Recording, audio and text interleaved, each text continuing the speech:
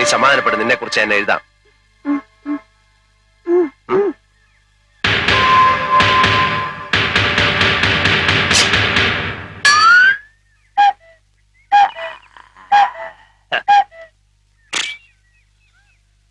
നീ എന്താ ഈ കത്തി വേഷത്തില്?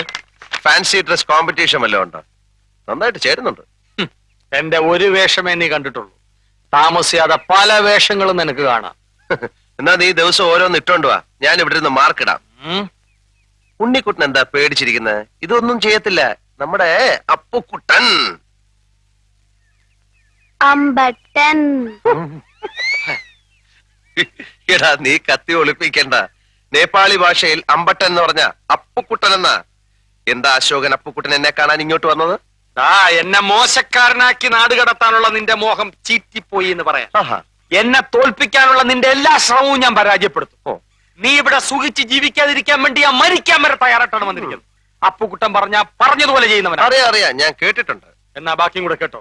24 മണിക്കൂറിനകം വിത്തിൻ 24 hours കാഠ്മണ്ഡുവിൽ നിന്ന് ഈ കുറ്റിയും പറിച്ചു പോയില്ലെങ്കിൽ ഗൂർഖകളുടെ അടികൊണ്ട് ഈ മരത്തിന്റെ ചോട്ടിൽ നീ പരാലിസിസ് പിടിച്ചു കിടക്കും. ആരേശ് മൂട്ടി അപ്പുക്കുട്ടനാണ് പറയുന്നത്. പിന്നെ നീ വിളിച്ചാലോട്ടനെ വരാൻ ഗൂർഖകൾ നിന്റെ അളിയന്മാരല്ലേ? അതിലൊരുത്തൻ എന്റെ അളിയനായി. അവനെ വിളിച്ചോണ്ട് വാടാ. ഊശിയാക്കാതെ വാശിയോടാണ് പറയുന്നത്. ഞാനും വാശിയോടാ പറഞ്ഞത്. പോടാ. വിട്, അരഞ്ഞണത്തിന്ന് വിട്.